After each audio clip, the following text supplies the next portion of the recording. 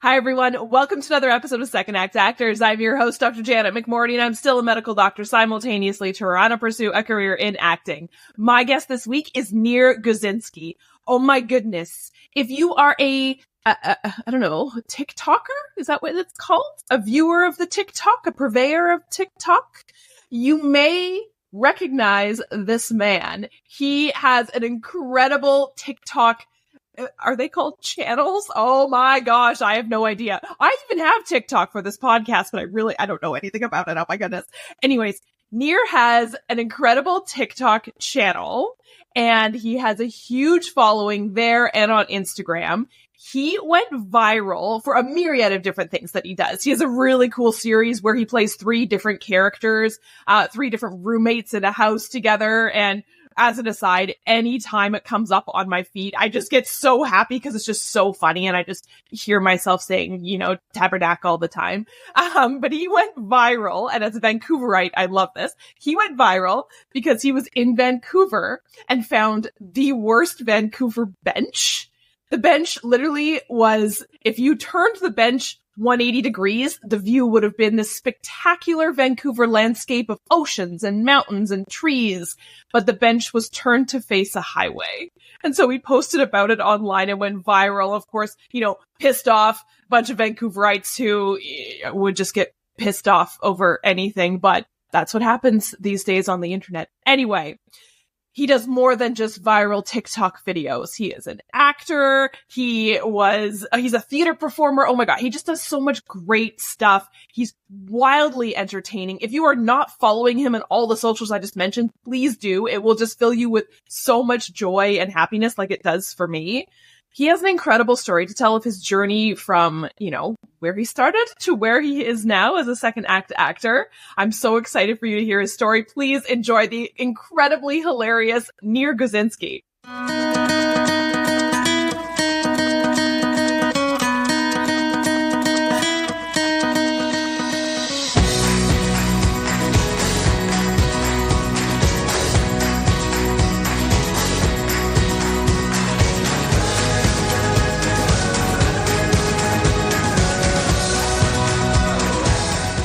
But I think, what's interesting about, and I think we as actors know, right? Especially those of us who are fairly new to this industry. Like, as soon as you say action or it counts down from 5, we kind of forget how to human. You're like, yeah, how do I walk? Yep. And they're like, just walk normally. You're like, I don't remember how to do that. What do I do with my hands? Exactly. I'm just like, right. Yeah. It feels like they're just there. And then you're like, in a scene, you're talking, and then all of a sudden the other person's talking. You're like, my hands are still there. Focus on them. Slowly remove your hand. I look crazy. That's why when I'm doing auditions now, if my hands are in the scene, I try so much to hold a tea towel and just fidget. Because I'm just let's try and make me look as normal as possible. Because usually when I'm having conversations with humans, I'm not just standing there really intently listening. I'm not. No, usually we phase out, right? Oh my God, totally. Yeah. Oh my God. Where am I? Oh shoot, be present. But that's one thing that I do remember from acting class is that when you don't speak, you gotta focus and listen, which is 100% I get it, but we tend to overdo it. So we tend to I'm listening. But in real life, you can't stare at somebody in the eyes that long. I'm just okay. But on the Zoom side of on these things, you literally are looking directly at the frame and the eyes of the person. But in person, when you're this close to having a conversation, you're like, yeah. And it's you're barely looking at their eyes because it's hard to keep focus on somebody, especially if they're not a loved one or somebody you're very close to. Because then you kind of get am I looking too much? Are they thinking I'm flirting? What's happening? Am I overly, do they think I'm focusing too much on them? So much goes on. It's true. And then it's funny because then you think about exactly what we were talking about before with your hands, right? Yeah. What do I do with my eyes? Do I be a normal human in this self-tape, in this audition, in this scene, and kind of, I'm listening to the world around me. If there's another more interesting conversation going on over to my right, I'm going to kind of listen in there. Or do I need to do what the acting classes tell me? And they're really listen to your scene partner. I'm when do I ever really listen to my life partner? Yeah. Well, Yeah. right, and like I think everybody forget actors, anybody. I think we all the whole thing that we work on most, and you hear it all of like self improvement, is that you have to declutter your brain and focus in the moment and not have to think about like my taxes and did I turn off the stove. So in everyday life, I feel we always like you're intently listening to somebody, except if it's like an insane story. Like if the story's like, I just my cat got run over by a trailer, and you're like, what? Okay, tell me what happened. How did that happen? But most of the time, it's just a normal conversation, and you're literally like, I really got to get to work. Just yeah, I'm listening, but like, I hope this ends fast. I'm gonna shift my feet to the left. Maybe they'll notice the cue, and they'll kind of be like, okay, I'm gonna stop talking and shut up now. But people don't, so you're like, so then yeah, and then you kind of move over to where you're headed. It's just like there's so much going on. It's not as clear cut as a Yeah. Mm-hmm. Yeah. And I think what we could do, I guess, is say, this is a character choice I'm making to be like the character who's just a normal human being and not intently listening to the conversation. And then you just hope it comes across. But if it doesn't, who cares? Yeah. Like, but I think that was one of the other notes I remember from an acting teacher about the camera. And they were like, it's capturing every little thing here. So everything you do is so much bigger than what you think it is on camera. So if you do kind of go, yeah, and you kind of just do the normal, you might look crazy, I guess, on camera because your eyes are really and then people are focusing on you and they're like, why is he so fidgety? Or why is she like staring out in space all the time? I wonder if that also has some play in it, which I think it kind of does, because we're also kind of like in this bubble of like, this is our frame.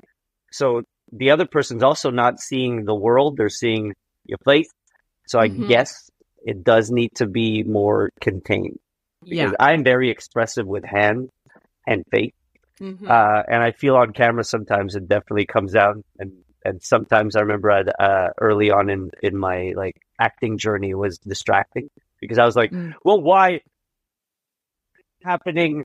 Why are you doing? And then it's like, this is the frame here, like calm the hell down. And I'm like, but I don't know how to do this without Isaac. Well, yeah, with that being said, like you mentioned your early acting journey. Tell me more. Yeah. How did you get into this crazy business? Oh, Lord. I got in young, but like, it's a long story, but I'll go through it. I was a very, I would say, lively child with a lot of energy, and it all came out a lot in voices and characters and putting on little shows in front of my family and my grandparents and my parents, and so around the age of, I would say around the age of 12 or 11 or 12, my dad and my mom were like, hey, you are a lot. There's a lot going on in your life here. You're doing a lot of little voices and sounds, and it's entertaining. Maybe we should put you in acting.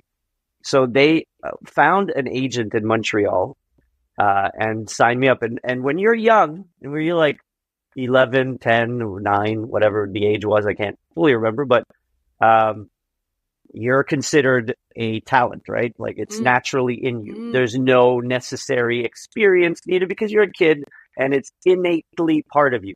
So they signed me right away. I had an agent. I started going to some auditions here and there, but I was nervous. Like I was a shy kid, and outside of my home, I was a terrified wreck. Like I was always nervous. I was very shy. And so in my auditions, I didn't do so well, and I didn't have any training. So I was very much like nerves, and I would blank a lot. And then I had one big audition for Lassie. I remember that when I was 13. Yeah, I remember that. And from there, I didn't get the part, but I got like training by one of my agents at the time. And then at the casting agency, which is still the biggest in Montreal, I walked out of the audition and they're like, you look a little like the lead actor in this Hallmark movie. Do you want to be a stand-in? And so my parents agreed, and I did 3 days of standing in. And and just to preface this, that for anybody who wants to be a stand-in or thinking about being a stand-in, it's a fun job. But at 13 years old, it is the best job in the world because I literally did nothing but craft table. Yes. Craft I was about to say table. crafty. Craft table. I ran for 20 minutes with the camera on me to get the frame right and all that, and then craft table. I sat down in front of the camera, then craft table. It was the most, and I would skip school for 3 days. I had a ball. I had a blast. I was like, this is it. I want to do this forever. But then high school came, and I was an awkward kid. I was going through growing pains, and so I got very shy, very self-conscious. And the agency, when I was, I think, maybe 15, 16, folded. So there was no more agency. So I now was left without an agent and not really confident in acting and not sure what I wanted to do in life and just very nervous. And then but in high school, I was such a shy kid, except in English class when the teacher made us read Robinson Crusoe. I think I'm saying it right. And he was like, you play this character and you read this character. And everybody else that was reading, but I put on a voice. So I was like, I don't know what the character was, but I was like one of the characters and I made a random voice and everybody was like, whoa, who's this kid who made this like out of nowhere? And then I did a play. I joined the like drama club, I guess. And then we did a play and I played a grandmother, a female grandmother. So I came out of my shell in these moments, but I was still very shy outside of it. And I was terrified of acting classes at a young age just because of being around young kids was still kind of like, I was very self-conscious. And then when I turned 18, I fell in love with, if you're listening to this, Kristen Crook. I fell in love with Kristen Crook in Edgemont. When I was around, I think 16, 17, I started watching and we would run from school to catch the episodes because of Kristen Crook. And I was like, I want to be on a show with this girl. She's so like amazing. And I read her, the story of her, and it was that she was cast out of the blue because there was an open casting call at her school for Edgemont and she was cast. And I was like, oh my God, that could happen. And then I watched, 10 Things I Hate About You or Save the Last Dance. One of those two. And I followed it up anyways with the other one.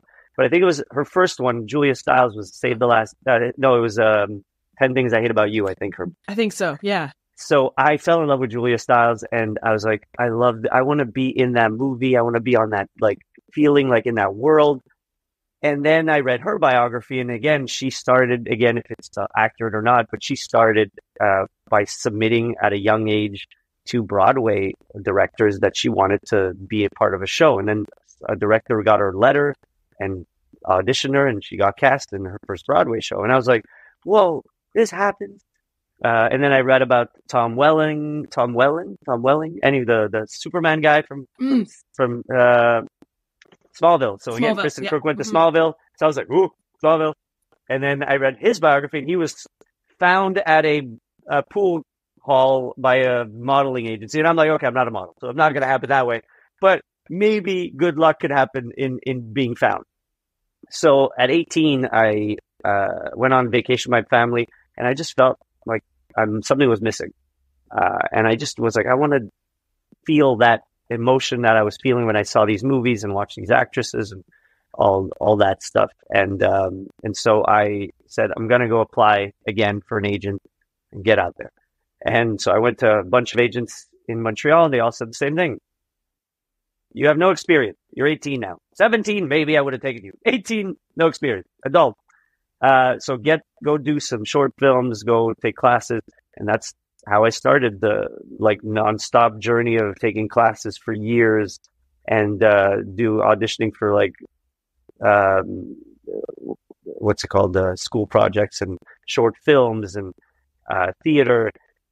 I did 5-6 years straight of theater and continued to fall in love with it. But still, as a kid, there's still that shy part of me that is still very nervous when it comes to starting things and going into auditions. I still have terrifying fears of blanking in an audition room. especially when you get very seldomly called in to the room these days. And when you do, it's like a project, and there's one, maybe two casting or three in Montreal. So getting into one day, you're like, I want to do well, so they call me back, because if I mess up, can I swear on this podcast? Yeah, fuck yeah. So if I fuck up, I can. So I think that's anyways. That's the journey. So I'm getting ahead of myself, but that's the journey of pretty much how I started the acting, and then it's been since then. I think at the age of 24, 25, I really took it seriously, where I was taking every class possible. I read every book possible on all the techniques. And I got myself finally a new agent, and then things started to roll a little bit. And then we could talk about the other, the second life 0.5, which is the social media side of it, but that's a different branch. Which we will for sure, because awesome. I love that side of it. But just take me back to, so before we talk about, that life that always happens between 17 to 18, right? When you are magically need experience, or you go off and say, oh yeah, you were a very creative kid, but go get a reasonable job. But I think that's really interesting what you said, and I clocked it. I want to remember it, about when you're a kid and your talent is considered natural and everyone's like, adorable. But when you're an adult, that is no longer the case. Not so much, no. Tell me more about that. What did that feel like? I think as an adult, it just everything feels heavier. And we make it heavier too. Like, we overthink, we overdo, we overanalyze. We're told certain things. And I think that's I agree with it to a certain point, because as a kid, you have no filter, really. And when people tell you things, you're like, you watch kids walking around talking to plants, having different stories. And like my nieces and nephew, they're small, they come up with ideas and stories like, we're going to play family today, and I'm the mom and you're the dad, and this is you're the baby. They're the best improvisers. Yeah. And the imagination is crazy. And I was a kid at 13. I'm going to sound weird here, but between the ages of 7 and 16, even, I was playing with Lego dolls, like those little Lego things, or I had even Ninja Turtles, and I was making scenarios of either it was a wrestling match, or they were in a meeting, or they were in I was just creating. And I even played hockey by myself in my room with one tennis ball. I was the goalie, but I was also the player, and I was doing the whole broadcast. I was like, here comes the puck, he passes it over, he shoots, oh, what a save. I was that kid. But when you get older, you're told to be quiet in class. You're told that, if you're eccentric, you're looked at like, oh, look at that kid. And so one funny story I would say, that I tried to get back to being comfortable with being crazy or imaginative, and to be comfortable as an adult in not caring about what people thought about me. So I did this on the bus from school in high school, and in university and CEGEP college. CEGEP is 2 years in Montreal, Quebec. I would sit at the bus, at the back of the bus. There used to be 4 seats. So I would sit in one of those seats. I'd have my headphones on, and I would sing out loud.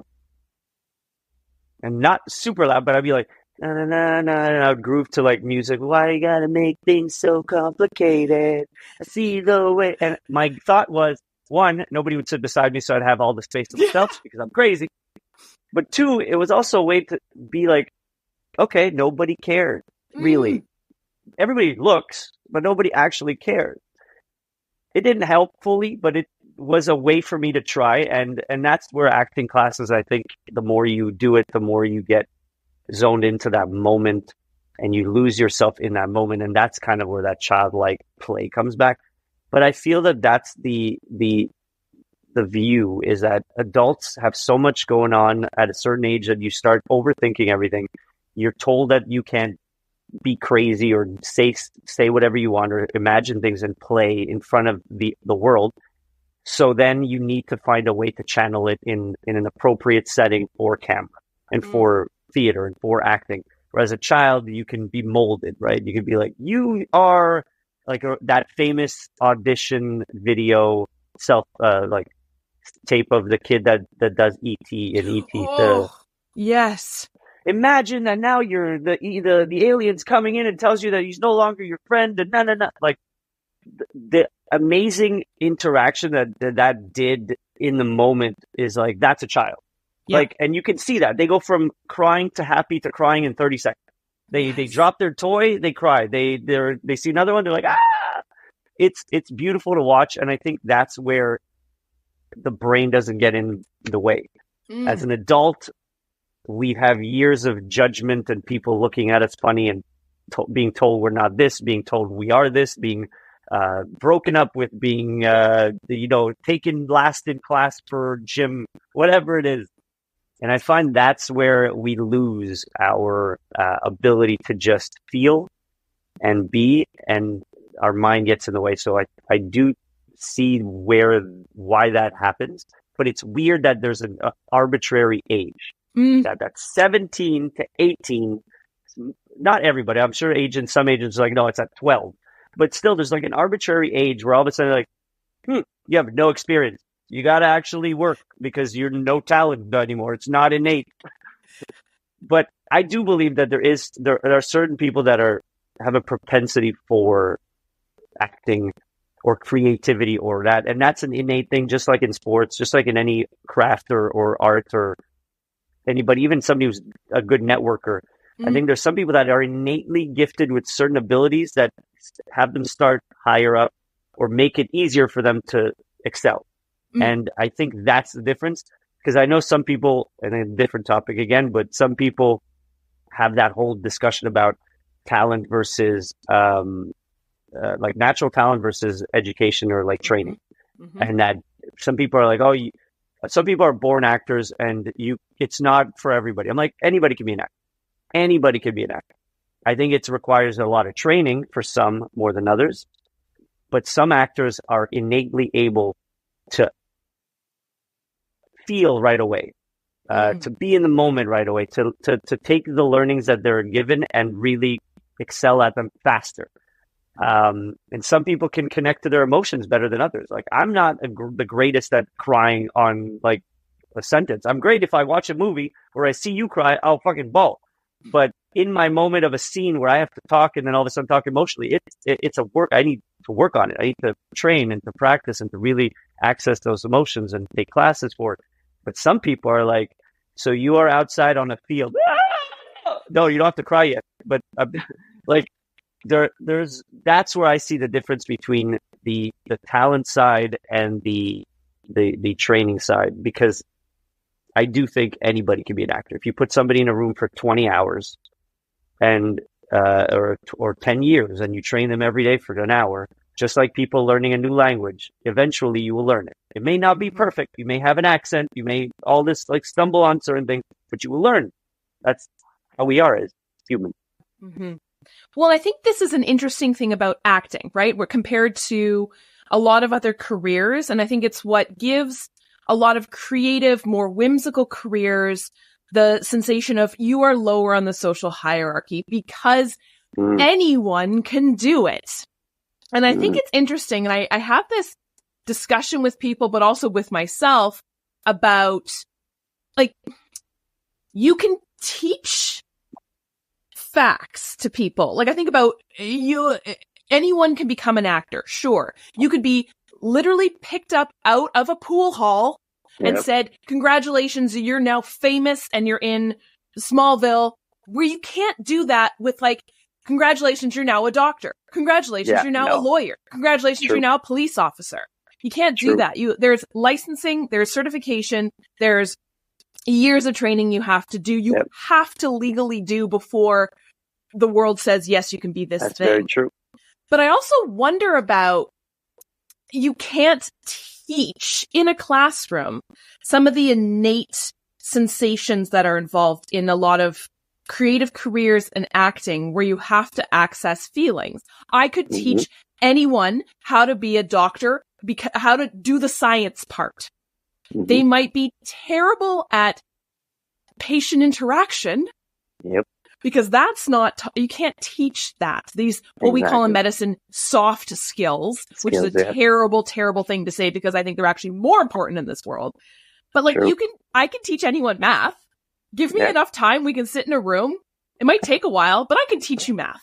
I can teach you how to calculate an anion gap and metabolic acidosis. I can do that.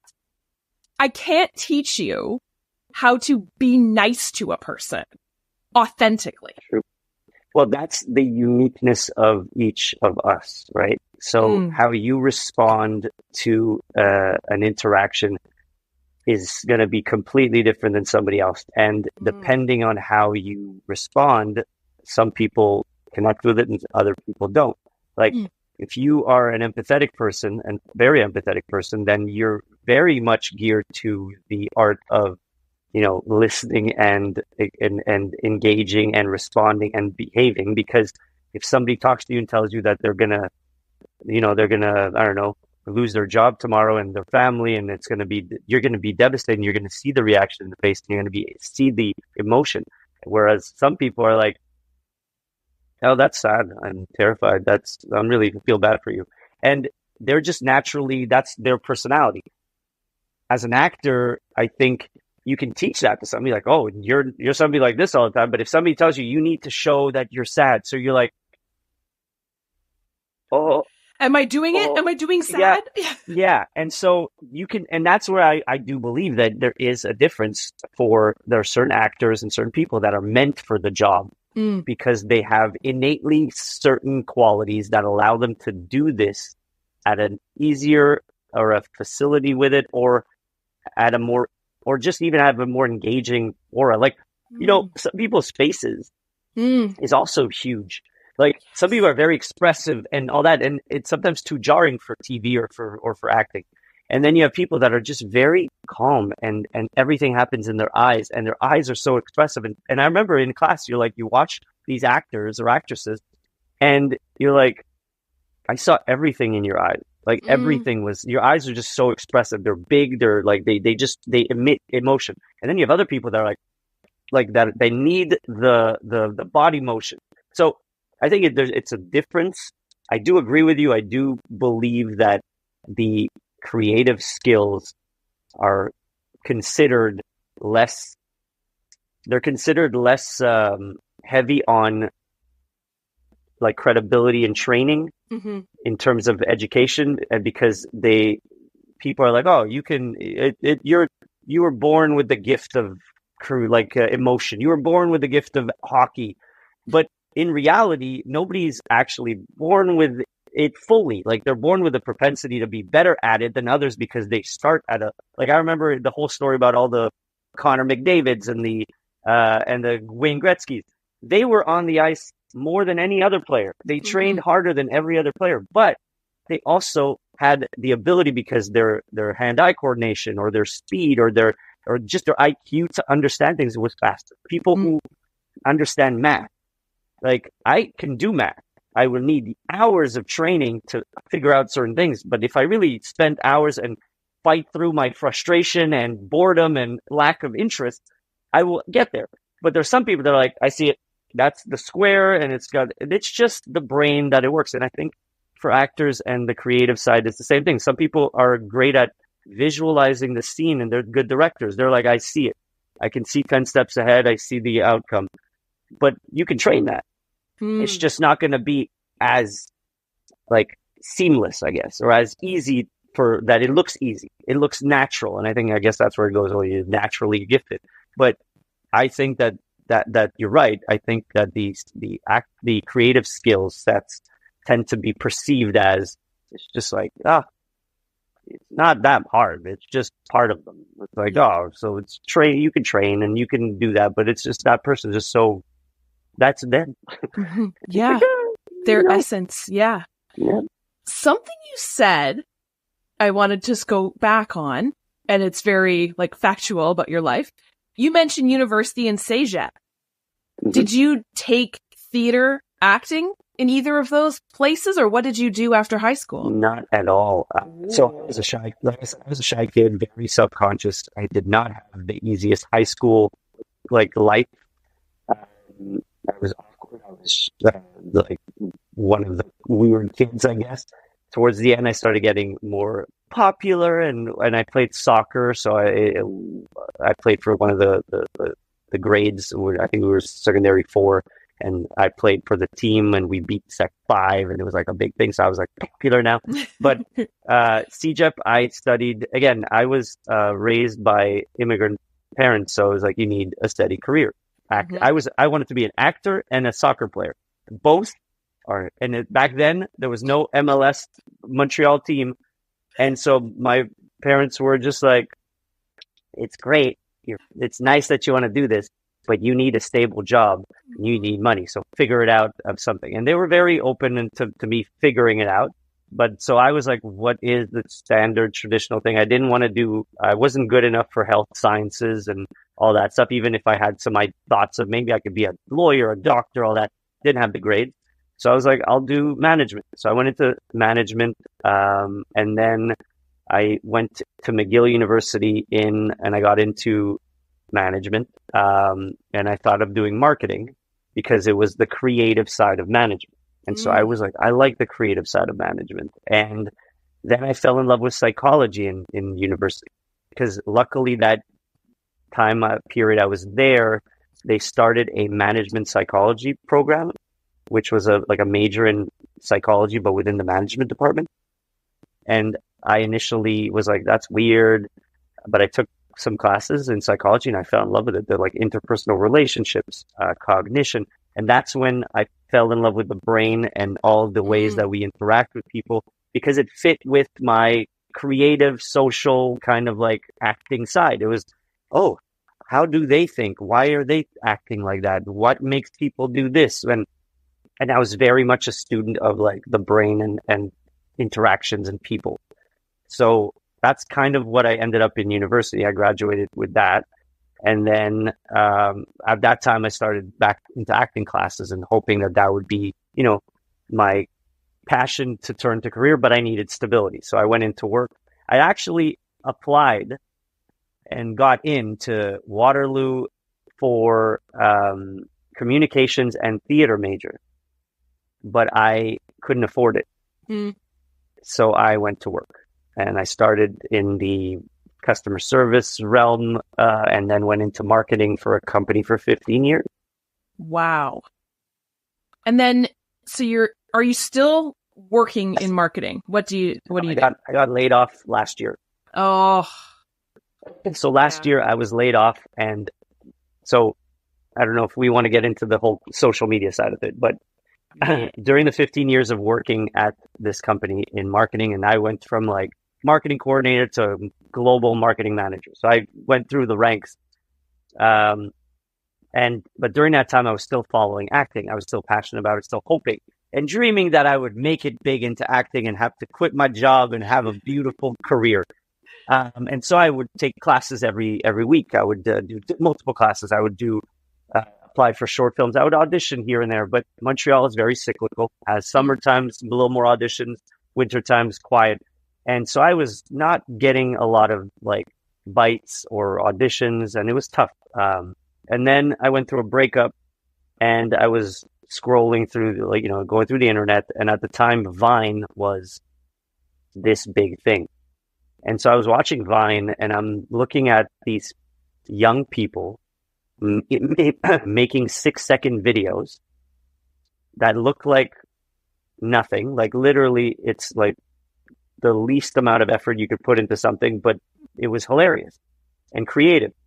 And they were starting to get visibility. And these people weren't actors. They were just regular people, most of them.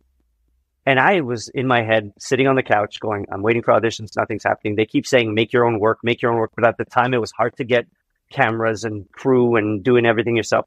But all of a sudden, there's a Vine. You can film 6 seconds, do this, edit it on iMovie if you wanted to, or directly on just like a recording thing, and post it and potentially be seen. So I was like, okay, I'm not getting seen in the regular sphere of the traditional media of acting industry. Maybe this will get me seen. So I started thinking about that, and I had no experience in editing, filming, any of that. And then again, the brain kicks in, And I'm thinking, if I do this and somebody in the industry sees it, they're going to go, this guy's not serious. This is not real acting. And kind of like the stigma of theater to TV or to movies and movies to TV and then TV to streaming and how that all evolved. There's still, I think, it's still there. It's becoming more important to be on social media, but it's still there. There's a stigma of social media actors that it isn't acting. And so I didn't want to do that. So I started with a Mickey Mouse doll in front of the camera, and I just was hiding, and I was like, oh boy, that's so exciting. Look at this. And I made these ridiculous 6-second Mickey Mouse, like a little bit edgy. So he was on a date. He was putting on stuff. He was like in bed naked, like as Mickey doll could be. And I was just like, this is amazing. Let's do this amazing thing. So that started, and it got a bit of views. And then I was like, well, nobody's watching really on Vine. Nobody knows about Vine in the industry yet. So I slid myself into a video slowly. And then I did a meditation video where I'm sitting there and all I'm doing is trying to meditate for 6 seconds, but the thoughts are like a voiceover of thoughts in my head. And I kind of swipe away at like a fly, and I'm just not peaceful.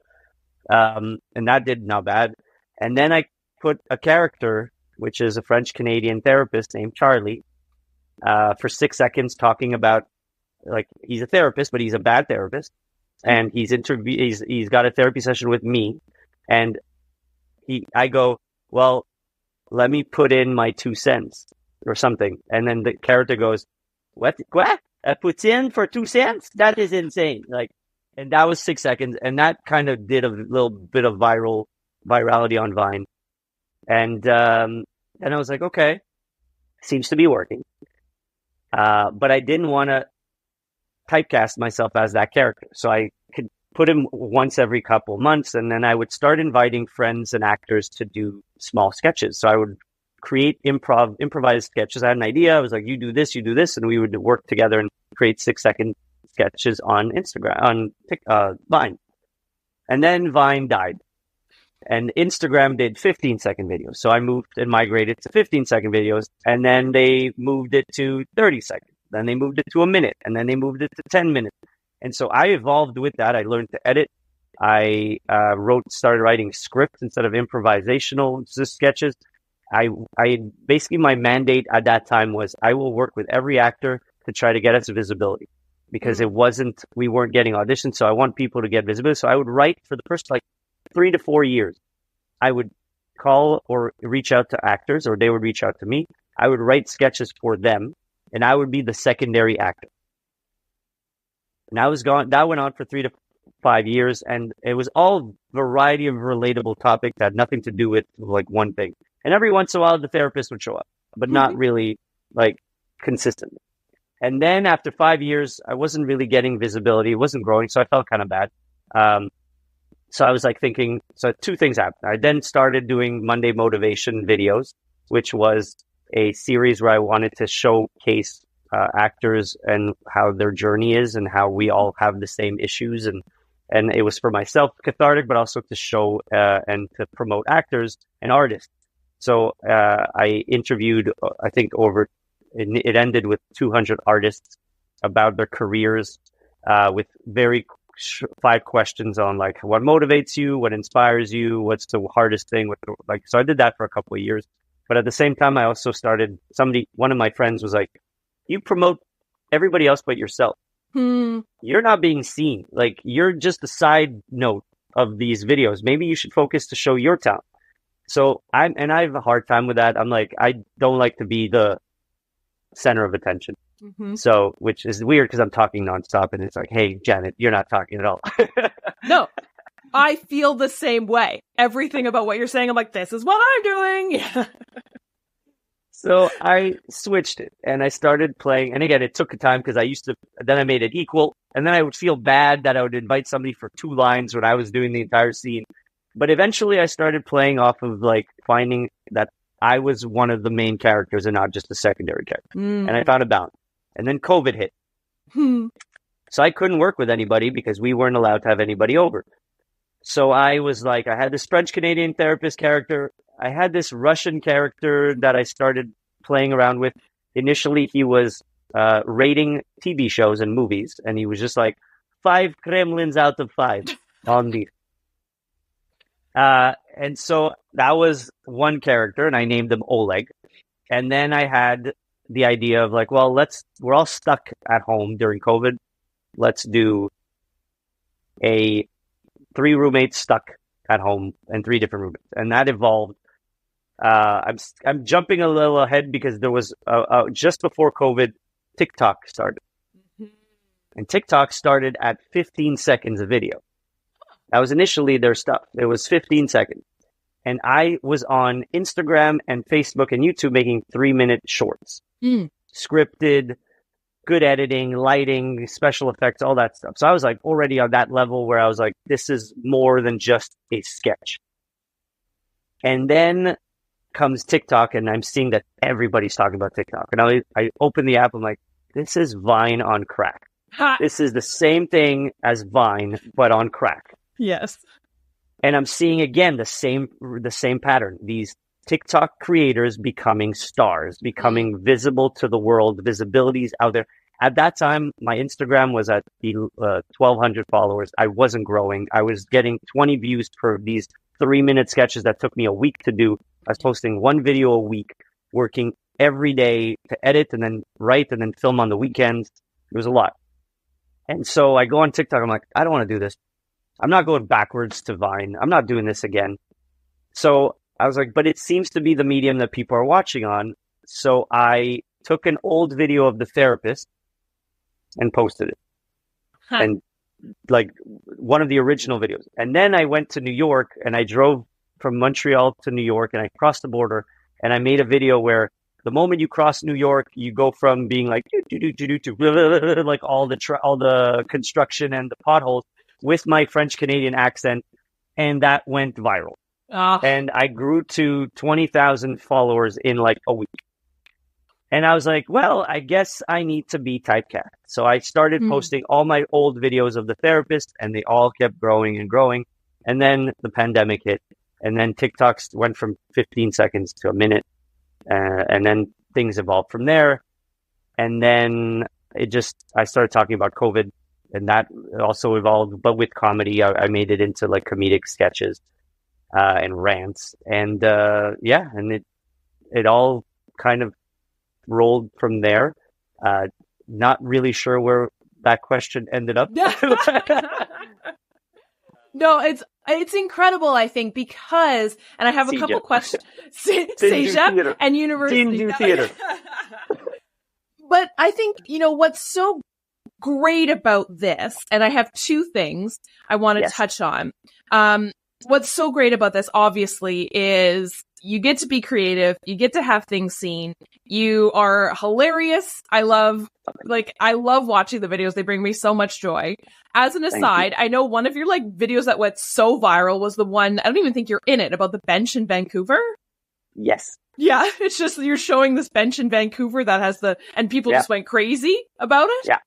Yeah. It's just, and this is the beauty and frustration of social media. Yeah. I was in Vancouver for vacation for a week.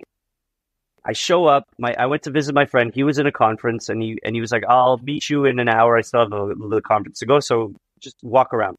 It's raining. It's drizzling. It was like that Vancouver for the 3 days. Yeah, sounds like Vancouver. It sounds like right now in Montreal too. But so it was like a cloudy, grayish day. So I'm walking around, and I can't remember the name of it, but it's by the water, like Falls Creek? just before Stanley Park. There's a bend. Yeah. So there's a bend, and there's like these yachts and boats and water. And I'm just walking around, and I'm just staring, and it's raining a little bit and drizzling and gray, and I'm waiting. And I see this bench, and I was like, oh, I want to sit there, but it's wet.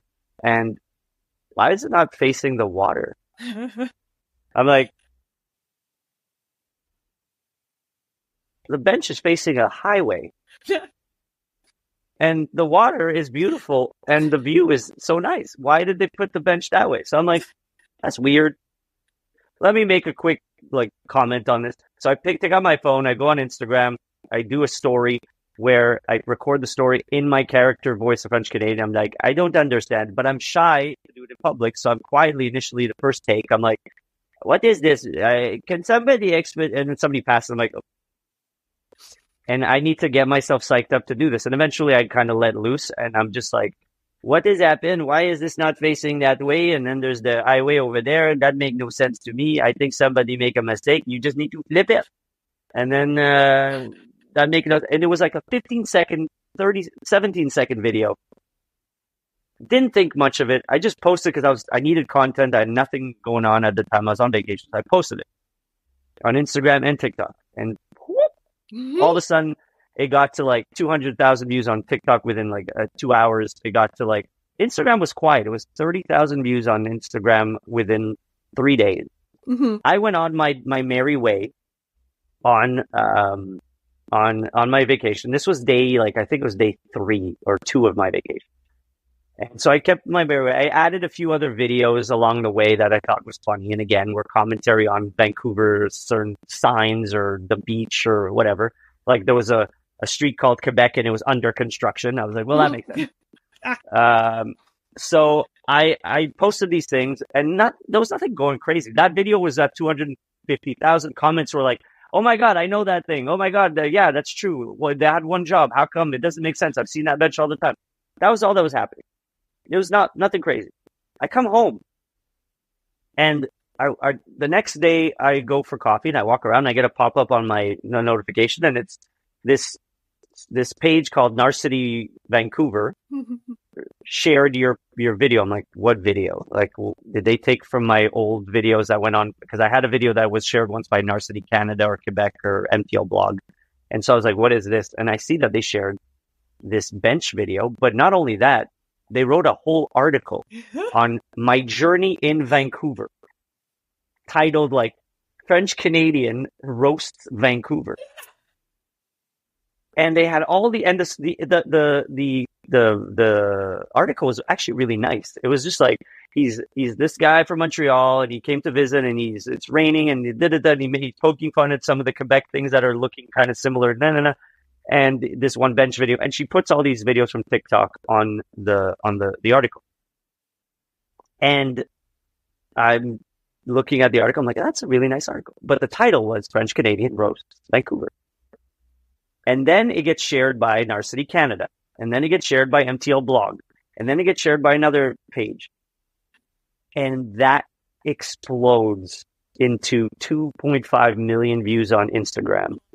TikTok goes to like 1 million. And the comments become, because people don't care about the actual content, they read the title or the first 2 seconds of a thing. So my page basically said like Francophone confused about like something or on vacation, and then the title was French Canadian Roasts Vancouver. Go back to Quebec, nobody wants you, insults, like you're an idiot, who the fuck is this? Like but another page reposted just the video, and it was a page from Vancouver, reposted the video, and it got to like 50,000 views in like 20 minutes, but it didn't have a horrible title or like a provocative title. It just said, look at this video. And the comments were from people from BC and Vancouver that were agreeing with the content. They were like, oh my God, that's hilarious. This is so true. So it just was like so crazy to see that a title changed the entire conversation. Yeah. And then I get a call from my agent. I'm at work still at that time. And I'm in this meeting and I get a call from my agent. I'm like, I'm going to mute you. I'm sorry, I have an emergency. I'm like, my agent, what's going on? I'm thinking because I just had an audition for I think it was a commercial or a TV show or something, or a Christmas movie. And I'm like, hello? She's like, so somebody reached out from Radio Canada in Vancouver. They want to interview you for some bench video. And I'm like, what? Excuse me? She's like, yeah, and it's going to be in French. I'm like, what? Vancouver has a French radio station? Nah. So I went on this French Radio Canada spot in Vancouver, while from Montreal in Vancouver. And oh my God, it went like crazy. Like it just blew up like wildfire. But it made me go, I work so hard on certain videos. I spent hours writing, hours editing, hours filming, thinking about the ideas. I post it, 300 views, 1,000 views, whatever. Yeah. Still great. Again, I appreciate every view. Again, in retrospect, or in like when you think about it, if you put yourself in a room and there's 300 or 1,000 people watching you, that's insane. Yeah, absolutely. Insane. Yeah. Yeah. But because we've been conditioned to see virality and how like it becomes famous and all that stuff, you kind of you forget that 300 is amazing. So I would get 300 views. I'm like, I've made 100,000 views. It's nothing, 300. So you make these videos and they don't really go as far as you'd like. Let's say that way. But then you start filming like these random 13-second videos that you just pick up on the spot. You're like, all right, whatever. This sounds funny. I'm going to say it. Pops up and you're like, what? The effort that goes into the thing you want to do well versus what you don't really you do on spontaneous. So sometimes I feel social media works in mysteriously funny, annoying ways that way. But then again, you probably have seen this video because I reposted it recently. But I spent hours on that video of the names of like nicknames of people or short names of people, like William is Bill and Robert is Bob and Richard is Dick. And I spent hours on that video. I had 6 different characters, and at the time I was editing widescreen, and I had all of the characters on the screen at the same time. So I had to record everybody's lines and then push the button, be quiet, and then respond, and then edit it into like with masks. And it was an insane amount of hours. And at the time, it didn't do that well. And then TikTok and Instagram changed her like to shorts, and I edited down and I put it into just the vertical frame. But anyways, that's just to say that the internet is weird and crazy in mysterious ways. And that bench video was one of my most viral videos to date. And it was with no fake. No, oh my gosh. Well, and so I have an opinion on, well, not an opinion on social media. I have a thought, and it's not an original one. It was something that a director told me, and it kind of made me go, oh, interesting. And it's the idea that, yes, we see TikTok influencers becoming quote unquote famous, but it's such a rarity to have them be successful in film and TV because their audience doesn't go see film or watch TV. Their audience watches them on TikTok and YouTube. They're not going to go see them in the theater, regardless if they're in a movie or not. And so this director I spoke to had a TikTok superstar cast in one of their films. And they were like, yeah, this is going to do so great. But then any financier was like, no, they're not worth that because their audience lives on TikTok and YouTube. They will not go see it in theaters and they will not watch it on Netflix. What are your thoughts? I don't disagree because I think I've seen some examples. I remember, I forgot, I don't know his name pretty specifically. I'm going to name him if poorly. I'm sorry for butchering names. Something Bodeker on TikTok and Instagram, but he was on TikTok. He's an actor, like an actual actor. But he went viral during the pandemic on TikTok with his hilarious videos and amassed, I think, over a million, maybe even more, 2 million followers. And then he created a short film. He wrote and directed and produced a short film with him and other creators. And he sold it. He tried to sell it online to his followers. And nobody responded. Not many responded. And he came out and he was disappointed. And I remember those videos were he was trying to promote his short film, but nobody was purchasing it. And because it's a different medium, it's not your 1 minute digestible content. Influencers and creatives or actors on social media, I think more and more you're seeing this is that they can probably sell a ton of stuff. If they have millions of followers, they can probably sell, if it's in their niche within their purview, I guess, they can sell you stuff. So they can sell you merch, they can sell you what's it called? Digital content. They can sell courses. They can sell all these things that are related to what they're talking about, makeup, whatever you want. Actors, to go to, like you said, to go to theater or to the movies or to that, unless it's specifically with, if they're doing characters, their characters. Like I did a live sketch show with a friend, Michelle Furtado, who's an amazing also talent. And we decided to put on a live sketch show based on our characters. And 100% of the tickets sales went to the Montreal Children's Hospital for charity. And initially, when we talked about it, I was like, I want to do a live show, see if we can make this something interesting, and put myself, again, stretch my comfort zone.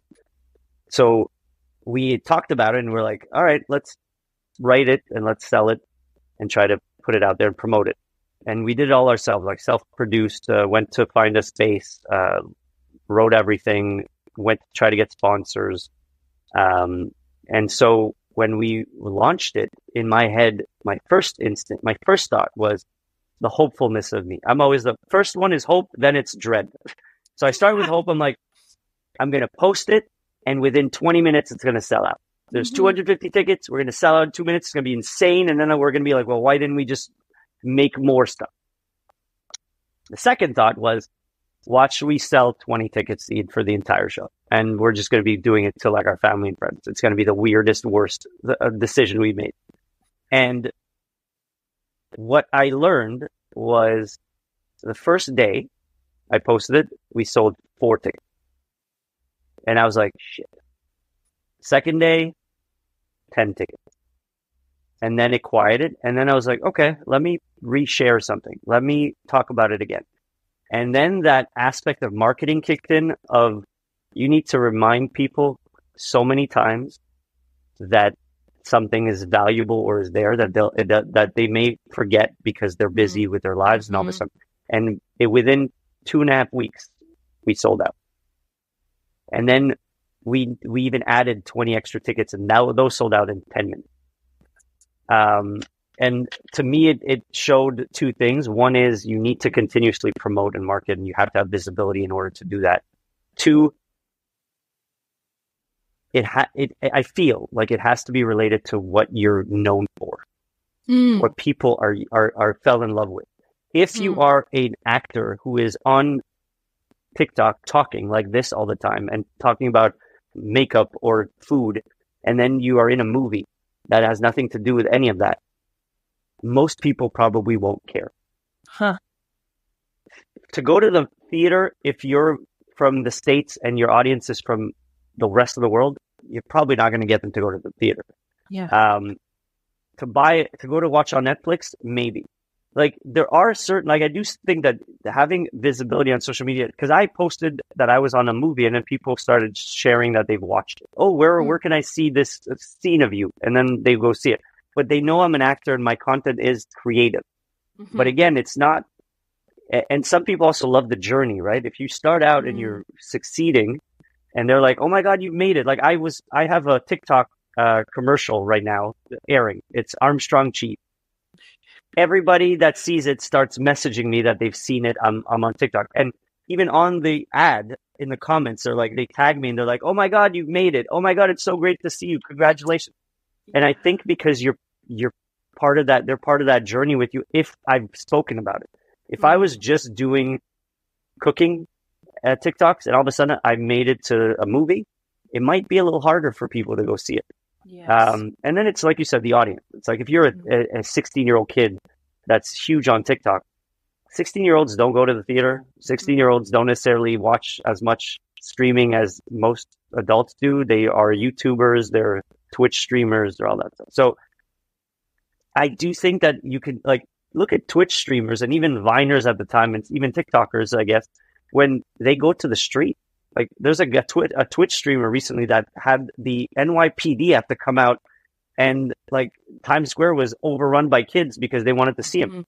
That isn't like, you don't see as much of that anymore by actors coming out. Like you're seeing this by social media people. So I agree to a point. Like it depends on who you take, who their audience is, and what they do on social media. I think I think that there's opportunities for actors to grow an audience on social media and to have people see their process and their development and growth and have cheerleaders from that and people support them. Does it sell tickets? I don't think that there's enough of a yes to that to be because I think that's what the thought was, and that's why now it's dying. That whole I'm going to take a TikTok star and put him in a movie. They did that initially with a bunch of these TikTok stars. The problem I had with that is these TikTok stars weren't actors. Yeah. Yes. They were TikTok stars. Yeah. And when you put them in a 2-hour movie to hold on to lead a cast versus a 30-second viral clip for somebody who dances and does some weird things or just like performs quickly an improvised sketch, you see glaringly the I think the barrier or the lack of potentially to lead a movie right off the bat. Yes. So I think there's that. Like if you as an actress or me as an actor go into this medium and work and show our process and show our acting skills and put our abilities out there, and some director or a producer sees that we have 1 million followers and we can act, I hope that they give us a chance. Mm-hmm. Yeah. I don't know if nowadays, but that's why I told you in the beginning about social media is that I think there's still a stigma. I do think that there's, he's on social media acting. Yeah. And I think, you know, I don't know. I think it is, I agree with you, glaringly obvious when I've seen influencers in film.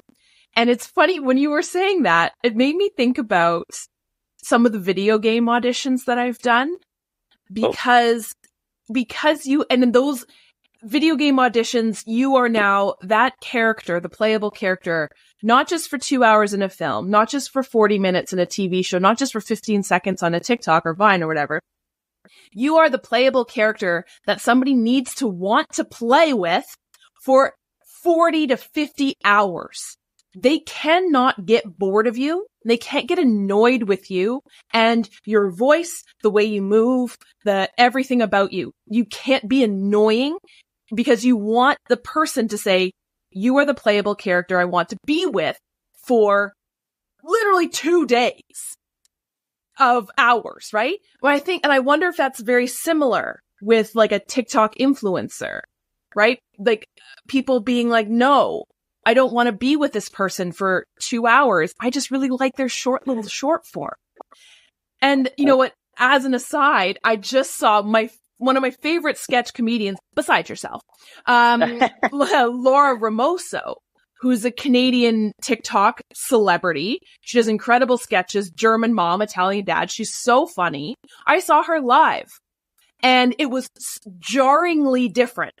And my brain did not quite compute at the beginning that I wasn't going to see her being her TikTok self, which is literally impossible because you're cutting quickly between different scenes. You can't do that live. Yep. And so it took a bit to adjust, and it was still delightful. You're like, right, I'm sitting with her, watching her do this, and it's so completely different. It had to be a switch in my brain saying, no, this is a different thing. Don't think of her as your TikTok self. That's the whole it's typecast, weird. Right? Totally, yes.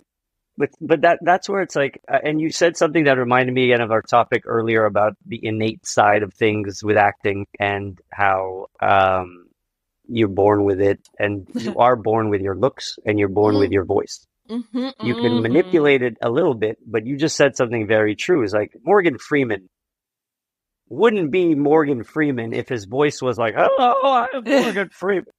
Welcome to And so some people are, sadly, unfortunately, we are a society and a culture, and it's just how our brains work and how our brains have been also conditioned through years and years of all these like mediums, is that beauty is captivating. Yeah. Voice is captivating.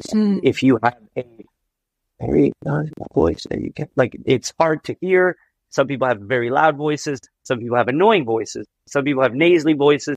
and we've been accustomed to what is a beautiful, engaging tone. And so that, as an aside, that's where in the creative space, and especially acting and creating and film and TV and now video games and voice, you can't always control it. Like it's sometimes you're just like, wow, this guy has the most amazing voice. Done. You can't beat that. Like I've noticed, and that was something that I was told by my agent, which I thought was a great, it really made me understand things a little better for voice. Cause I'm like, I want to be in voice. I want to do voice commercials. I want to get on the video games. I want to do animation, all that stuff.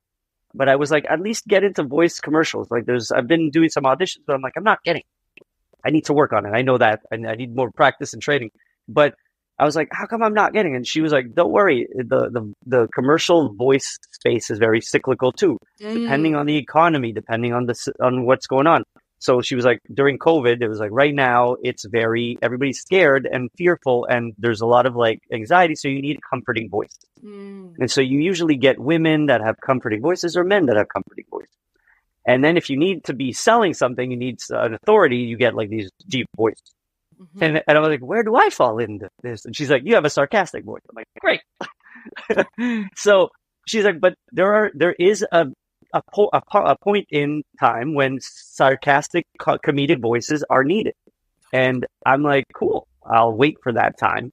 But that's where it's like, I can work on lowering my register, getting a little deeper, but I can't change my voice completely unless I do thousands and thousands of hours of work on, training my voice. But that's where going back to DNA, on the second part of your thing with seeing a person live, that was the fear we had. They're expecting us to do this. And we are usually, and that's where I find the difference between actors and just content creators, online influencers. We've had training in memorizing lines. We've had training in improvisation. So when we went on stage, we wrote out 2-minute to 5-minute scenes with these characters, and we worked them and workshopped them and rehearsed them, and then went on stage and we did these bits. And so we were like, we're giving the people that love us what they want to see. We didn't make it different. We didn't have random characters that they never heard of. We had the characters that they loved, and we put them in scenarios that they would appreciate, that worked the best. And then we did a second show because we applied for the Just for Laughs Zoo Fest, and we got in last year. And we took what we filmed, we recorded the entire thing the first time, and we looked at what got laughs and what didn't. And so we chopped down the scenes and we re-rehearsed them. We rewrote some other sketches. And again, we put it live, and the response was great. But some people even wrote, we wanted to see more of them because that's what, and we were keeping it short. We had an hour, and we had stand-up comedians also coming in between. So I can understand where it's jarring because you're used to quick cuts, different sound effects, close-ups, and all of a sudden the person's just themselves talking or trying to do what they did on TikTok, and either that's not their strength, or they're not able to create the magic without the editing and the other post stuff. So it's an interesting music. A lot of influencers use music. Yes. And it's not the same when you're live. No, totally. Do you have anything you are looking forward to coming up? Or any projects or anything like that that's coming up for you? 2024. Now that it's finally February, January is behind us. Yeah, that the strike is over. Yes. Well, knock on wood, the Canadian unions in negotiations soon. So, yes. Anything coming up? Honestly, right now, no. Right now, I'm mainly just content to create content and ideas to do more sketches. I applied for The Amazing Race and we didn't get it. I don't think we did. I really wanted to. I was with Michelle and we were like, let's do The Amazing Race. And we thought it would be a great and get me out of my comfort zone on different ways. Yeah. But, yeah, we didn't hear back. We thought we'd at least get to the second round or something. But we didn't hear back. So there's nothing really in terms of TV and film. I'm auditioning. There is the the strong commercials going around on TikTok. Yeah, so it's still just auditioning, doing some dubbing here and there, Nice. and hoping for other auditions and other opportunities. But I have, actually, I do, because it's so fresh and so many things going on in my life right now. I'm going to be part of a play, so I'm going back to theater for the first time in like almost 10 years. Hell yeah! It's called. Is it called something God? God of Carnage? So bad. No, hold on. I will find it and figure this out. Yeah, I know what it is. Act of God. Ooh, cool. Yeah, it's pretty much a one-man show, but I'm not the one-man show. It's Donald Reese with Brave New Production, with Emma McQueen as the director and Stephanie McKenna as the other character. And it's two angels. So I'm one of the angels and she's another angel and Donald is God. Cool. And it's a hilarious play. And so I don't know when I think maybe in May. I don't know, but it's going to be in Montreal. In Montreal. And so we're starting rehearsals shortly. So that's happening, which I like. I'm a little nervous as well because it's been a long time that I haven't been on stage since at least I think almost 10 years now. So yeah, that's what's happening at the moment. If I'm thinking out loud, yeah. Cool. Do you have any final words of wisdom or advice? Yeah, I read your questions, and I think I spoke so much that we didn't. No, answer I don't care. This is care. This is what I love about this show. I have these questions, and I'm like, sure, if we get to them, whatever. But like, you and I just that was such a cool, interesting conversation about something that I've never talked about in any of my other podcast episodes. Because you are the first quite significant social media influencer TikToker that I've had. And I think it's a huge conversation and something that I've wanted to talk to people about. And I think people are going to want to hear about.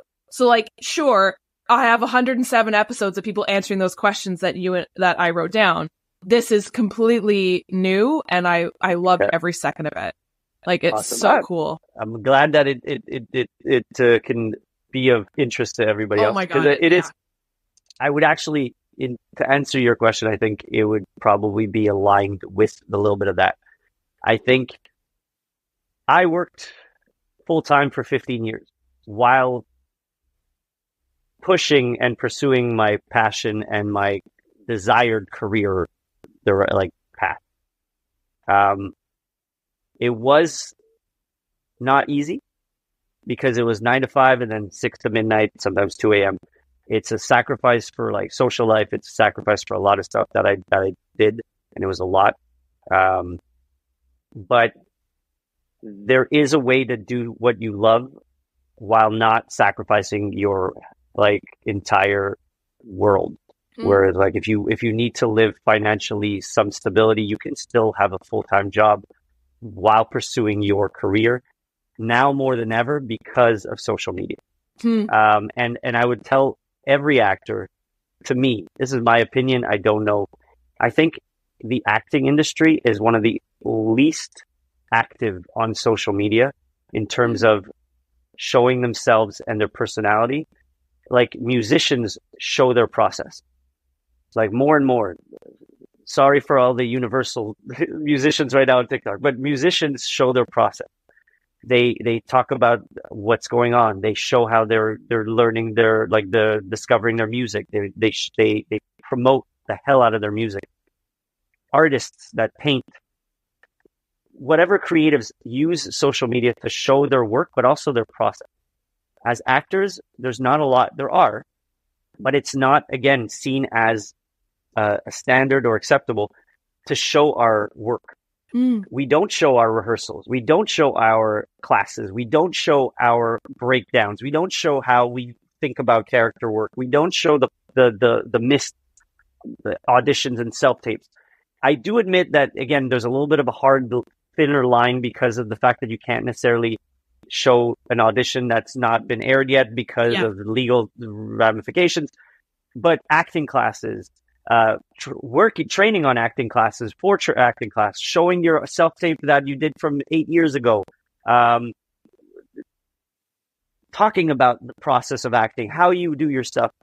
We don't have enough of that because I think as actors, we are afraid to show that we're not perfect.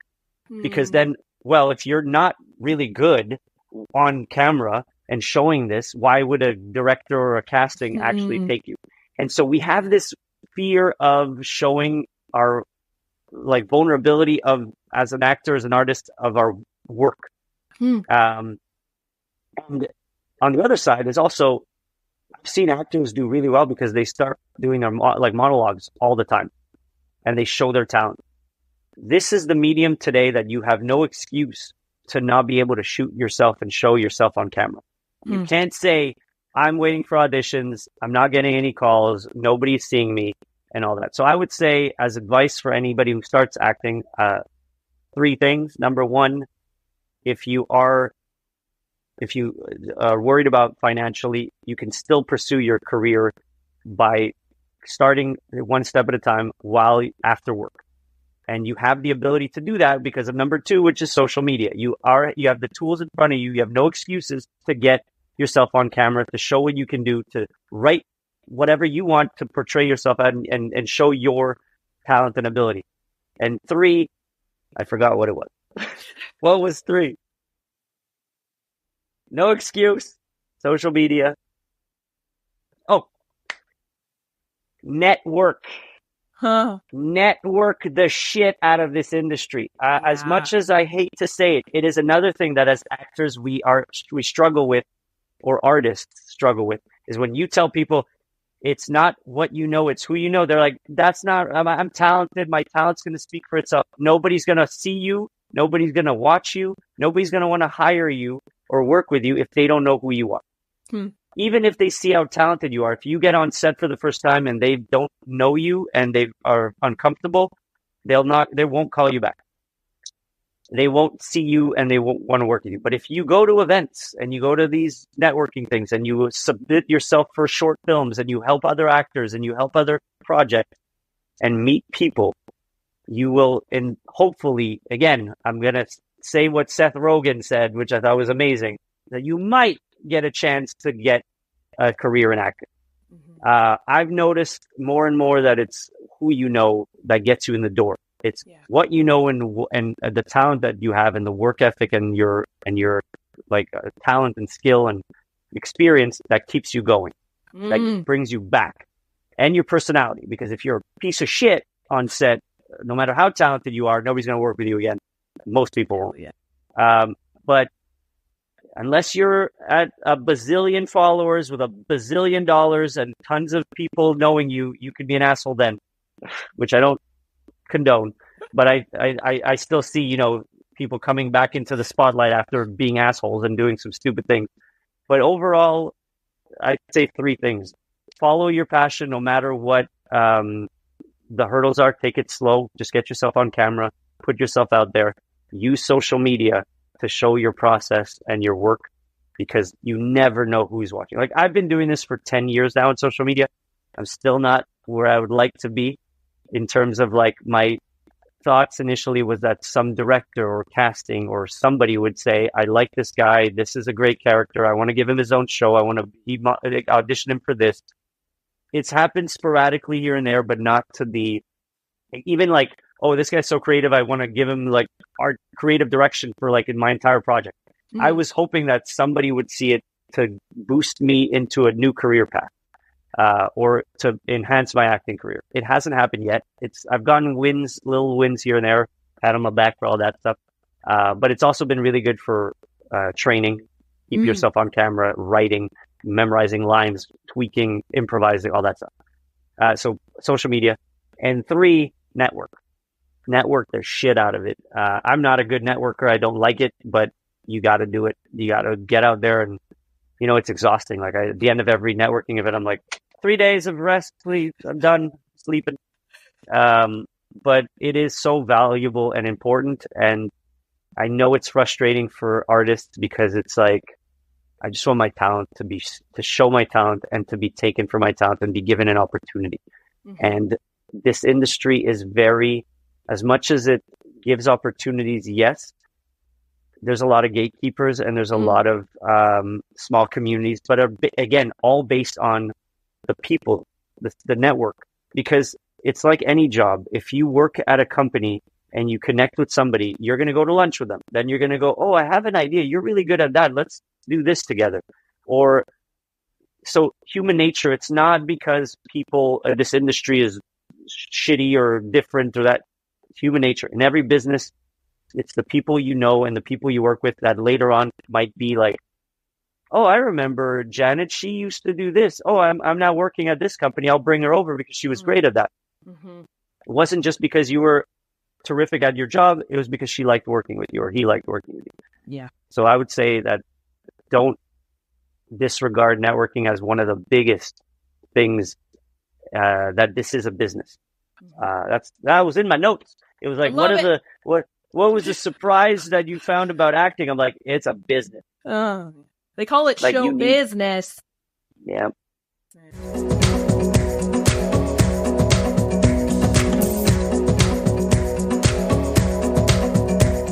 Thank you everyone for tuning in, and thank you, Nir, for being my guest this week. Thank you so much for being one of the most delightful things on social media these days. That's a very personal opinion. I'm sure y'all can figure out what you love on in social media yourself. But for me, like I said in my intro, when I'm scrolling the Insta like we do, and one of Nir's videos is there, it just fills me with joy. So if you too would like to be filled with joy, and I really hope you would, please go follow him on all of his social media. They are just wonderful. I hope you will all tune in next week for another episode of Second Act Actors. Bye.